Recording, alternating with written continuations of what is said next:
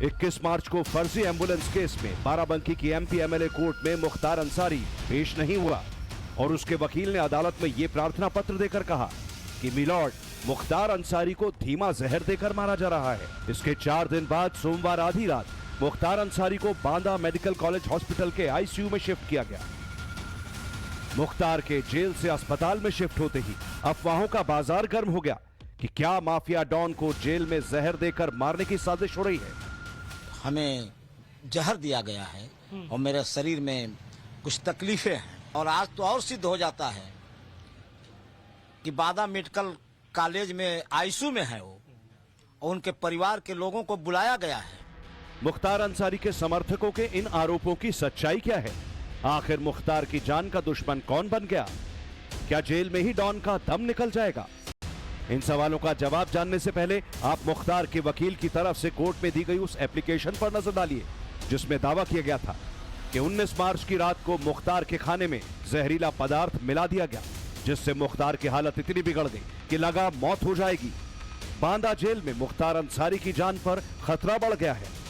19 मार्च 2024 को रात्रि में रमजान का महीना चल रहा है, तो दिन में तो वो रोजा रखते हैं और रात्रि में उनको भोजन में 19 तारीख को खाना में जहर मिला करके खिलाने का प्रयास किया गया, परंतु उनको जानकारी हो जाने के पश्चात उन्होंने जो है खाना खाने से मना कर दिया। मुख्तार अंसारी की तरफ से एक प्रार्थना पत्र दिया गया है कि 19 मार्च को उनके खाने में जहरीला पदार्थ मिला दिया गया, उस संबंध में जांच करने और उनकी सुरक्षा व्यवस्था के लिए प्रार्थना पत्र दिया गया। सिर्फ माफिया डॉन मुख्तार अंसारी के वकीलों की टोली ही ये बेहद संगीन इल्जाम नहीं लगा रही। मुख्तार के भाई और गाजीपुर से समाजवादी पार्टी के उम्मीदवार अफजाल अंसारी ने आरोप लगाया है कि मुख्तार अंसारी को जेल में मारने की कोशिश हो रही है। मुख्तार अंसारी को खाने में स्लो पॉइजन दिया गया है। जेल में उसके साथ कभी भी कोई भी अनहोनी हो सकती है। वो उनका मानना है और उनका कहना है कि उन्हें खाने में कोई जहरीला पदार्थ खिलाया गया और ये दूसरी बार हुआ। अच्छा, पहले भी 40 दिन पहले एक बार हो चुका है और अभी भी शायद 19 को या 22 को कोई डेट बताया उन्होंने और तब से उनकी हालत खराब है। पहले भी एक दफा हो चुकी है, इसी बांदा जेल में ही उनको जहर दिया गया था। वो लखनऊ के पीजीआई अस्पताल में एडमिट रहे और तबीयत उनकी बहुत दिन खराब रही। उसके बाद फिर ले आके वापस बांदा में उनको वो किया, ले आके रखा। लेकिन बात ये है कि सब कुछ आपके सामने है, खाना आप दोगे, रखेंगे आप हमें जैसे चाहोगे रखोगे। तो जब रक्षक ही भक्षक बन जाएगा तो फिर क्या कहना है? तो फिर तो वो बचाने वाला वही एक जात ऊपर वाला। तो बड़ा सवाल यह है कि जेल में माफिया डॉन के खिलाफ कौन साजिश रच रहा है? तो इसका जवाब भी खुद अफजाल अंसारी ने दिया। 2 दिन पहले अफजाल ने दावा किया था कि मुख्तार अंसारी को जेल में जहर दिए जाने के मामले में माफिया डॉन ब्रजेश सिंह और त्रिभुवन सिंह जैसे लोग शामिल हो सकते हैं। अफजाल के दावों के मुताबिक 2001 के उसरी चट्टी कांड में मुख्तार अंसारी मुख्य गवाह है। मुख्तार की गवाही पर दोनों की सजा हो सकती है और यही वजह है कि दोनों मुख्तार को मारने की साजिश कर रहे हैं। एक बड़ी वजह, जो सबसे जरूरी वजह है, वो ये है कि ब्रजेश सिंह जो हैं उनके खिलाफ 15 जुलाई 2001 में जब मुख्तार अंसारी पर उसरी में आक्रमण हुआ था तो उनके खिलाफ नामजद अभियुक्त बना करके त्रिभुवन सिंह ब्रजेश सिंह पर मुकदमा दर्ज हुआ था। उसमें गवाही चल रही है। तो हालत खराब ये है कि मुख्तार अंसारी कोर्ट में गवाही जब करेगा तो सजा निश्चित है। उसमें 5-6 गवाह गवाही कर चुके। तो उससे पहले कि उनकी गवाही हो जाए, उनके साथ कोई अनहोनी घटना हो जाए, ये प्रयास, ये षड्यंत्र, ये साजिश सरकार और अपराधियों की मिली जुली हिकमत के साथ उनके अधिकारियों के संरक्षण में ये सब अंजाम देने का प्रयास चल रहा है। बांदा की जिस जेल में मुख्तार अंसारी बंद है, वहां मुख्तार अंसारी को 10x12 के हाई सिक्योरिटी सेल में रखा गया है। 46 सीसीटीवी कैमरों के जरिए उसकी निगरानी होती है। बांदा जेल में लगे तमाम सीसीटीवी कैमरों की निगरानी लखनऊ से होती है। बॉडी बॉर्न कैमरों से लैस जेल कर्मी उसकी बैरक के आसपास तैनात रहते हैं। मुख्तार अंसारी की सुरक्षा में तैनात जेल कर्मियों पर भी नजर रखी जाती है। उसे वही खाना दिया जाता है जो बाकी 900 बंदी खाते हैं।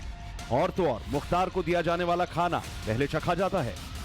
ऐसे में एक माफिया डॉन के जरिए जेल में बंद दूसरे माफिया डॉन की हत्या की साजिश करने का दावा बेमानी ही लगता है। लेकिन यह भी सच है कि मुख्तार अंसारी आज की तारीख में आईसीयू में भर्ती है। सूत्रों के मुताबिक उसे 3 दिन पहले इंफेक्शन हुआ। तकलीफ बताने पर 2 डॉक्टरों के पैनल ने चेक किया। फिजिशियन ऑर्थोपेडिक डॉक्टर ने जांच पूरी की। डॉक्टर के मुताबिक रोज के बाद ओवर फीडिंग से यह दिक्कत हुई। जांचें रह गई हैं, उसी के बाद पता चलेगा। अभी उनकी हालत जो है हल्की फुल्की ठीक कही जा सकती है। कितने करने में करा रहे हैं। उत्तर प्रदेश में अतीक के बाद अब मुख्तार ही सबसे बड़ा क्रिमिनल चेहरा है, जिसके खिलाफ फिलहाल 65 मुकदमे हैं। लेकिन अब मुख्तार का भी परमानेंट कानूनी हिसाब हो चुका है। 9 महीने में मुख्तार को 2 बार उम्र कैद की सजा मिल चुकी है। 65 में से 7 मामलों में मुख्तार अंसारी को सजा हो चुकी है।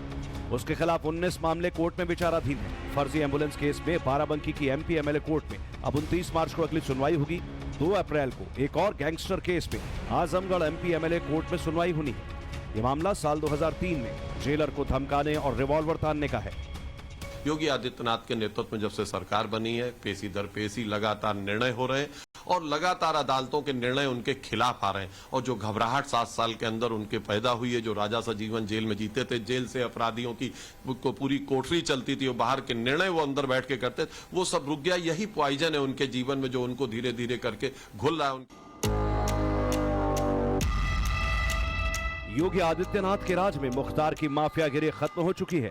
उसके दहशत का किला ध्वस्त हो चुका है। सितारे गर्दिश में हैं। लगातार हो रही सजा से मुख्तार इस कदर बौखलाया हुआ है कि कभी अदालत में रहम की अपील कर रहा है तो कभी जेल प्रशासन और राज्य सरकार पर हत्या की साजिश करने का संगीन इल्जाम लगा रहा है। मुख्तार को एक बाहुबली या एक माफिया डॉन माना जाता है, लेकिन एक वो सधा हुआ पॉलिटिशियन भी रहा है और उसके बड़े भाई अफजाल अंसारी लोकसभा चुनाव लड़ रहे हैं।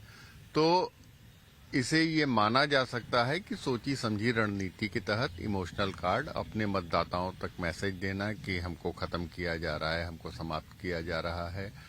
और इसके लिए पेशबंदी काफी दिन पहले से ही शुरू कर दी थी। रमजान शुरू होने के साथ मुख्तार ने खाना पीना जो छोड़ा था, उन चीजों की खबरें मीडिया में पहुंचाई गई। उसके बाद फिर ये इमोशनल कार्ड खेला गया। ऐसा पहली बार नहीं है कि मुख्तार ने अपनी जान की खतरे की आशंका जताई और यूपी से बाहर की जेल में भेजे जाने की डिमांड की।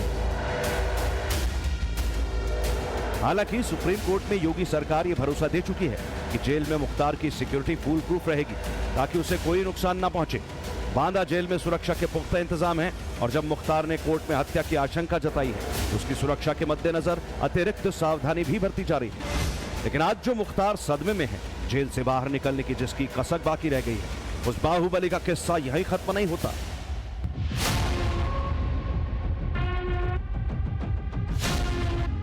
एक वक्त था जब मुख्तार जीप के बोनट पर बैठकर हाथ में असलहा लिए निकलता था। साथ में 500 लोगों का काफिला चलता था। गाजीपुर के मोहम्मदाबाद इलाके के अंसारी फैमिली के बड़े फाटक पर समाजवादी पार्टी और बीएसपी के बड़े बड़े नेताओं से लेकर सरकारी अफसर तक मुख्तार के आगे सिर झुकाए खड़े रहते थे। लगभग 2 दशकों से पूर्वांचल की सियासत का सबसे बड़ा केंद्र है मोहम्मदाबाद का फाटक। फाटक यानी अंसारी परिवार का पैतृक आवास। इस फाटक से ही गाजीपुर और मऊ की जो सियासत है वो तय होती है। लेकिन योगी राज में ऐसा लग रहा है कि इस फाटक के दिन भी अब शायद गर्दिश में चले गए हैं।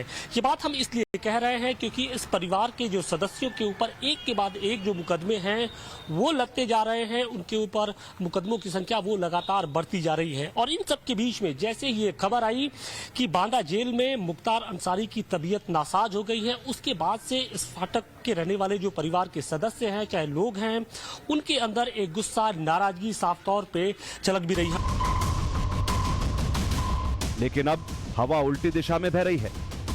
2020 से लेकर मई 2023 तक यानी बीते 3 साल में मुख्तार से जुड़ी 576 करोड़ की प्रॉपर्टी पर बुलडोजर चल चुका है। इसमें 291 करोड़ की संपत्ति जब्त की गई, 284 करोड़ की संपत्ति पर बुलडोजर चलाया गया। सिर्फ मऊ में ही मुख्तार की 200 करोड़ की संपत्ति पर बुलडोजर चला है। मुख्तार की प्रॉपर्टी का अंदाजा इसी से लगाया जा सकता है कि योगी सरकार 2017 से अब तक इसके अवैध बिल्डिंगों और जमीनों पर कार्रवाई कर रही है, लेकिन इस सिलसिला थम नहीं रहा। मुख्तार का आपराधिक साम्राज्य अब खंडर में तब्दील हो चुका है। सियासत से लेकर रुतबा और बाहुबल सब हाशिए पर है। जिन शार्प शूटर्स के बिना मुख्तार का IS 191 गैंग या मुख्तार अधूरा था, उनमें से ज्यादातर मारे जा चुके हैं। काली कमाई से खड़ा आर्थिक साम्राज्य ध्वस्त हो चुका है। कानून के हंटर से आज इस माफिया की हालत बद से बदतर हो गई है।